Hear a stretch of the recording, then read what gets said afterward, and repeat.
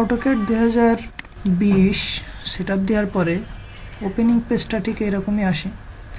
এরপরে যদি আমরা এটা অটোক্যাড 2007-এর মতো দেখতে চাই, তাহলে আমরা এই ক্লিয়ার স্ক্রিন অফ এটাই ক্লিক করব, তাহলে 7-এর মতো হবে পরে। তো অথবা কিবোর্ড থেকে Ctrl+0 চাপলে স্ক্রিন ক্লিয়ার হয়ে যাবে। এরপরে টুলবারে যেতে হবে, এখান থেকে টুলবার অটোক্যাড থেকে এখানে টুলবারগুলো নিয়ে আসতে হবে। এখানে আমাদের ড্র টুলবার লাগবে।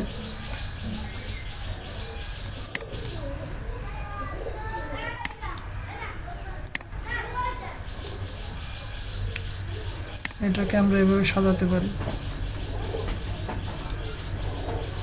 ড্র টুলবারের পরে আমাদের আরো লাগবে মডিফাই টুলবার।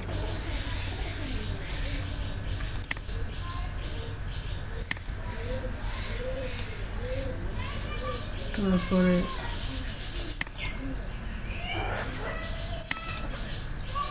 লেয়ার টুলবার,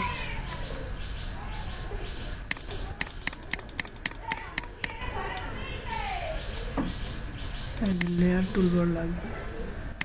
তো এরকম যেগুলো দরকার হবে সেগুলো আমরা এইভাবে সেট করে 2007-এর মতো এন্ট্রি পেজ করতে পারবো। তো থ্যাংক ইউ লার্নার।